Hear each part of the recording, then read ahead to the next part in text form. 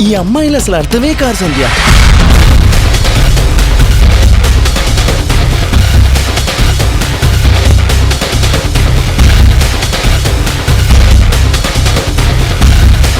మనసున్న ఏ అమ్మాయి అయినా సరే మిమ్మల్ని ఈ పరిస్థితుల్లో ఇలా వదిలేసి వెళ్ళదు.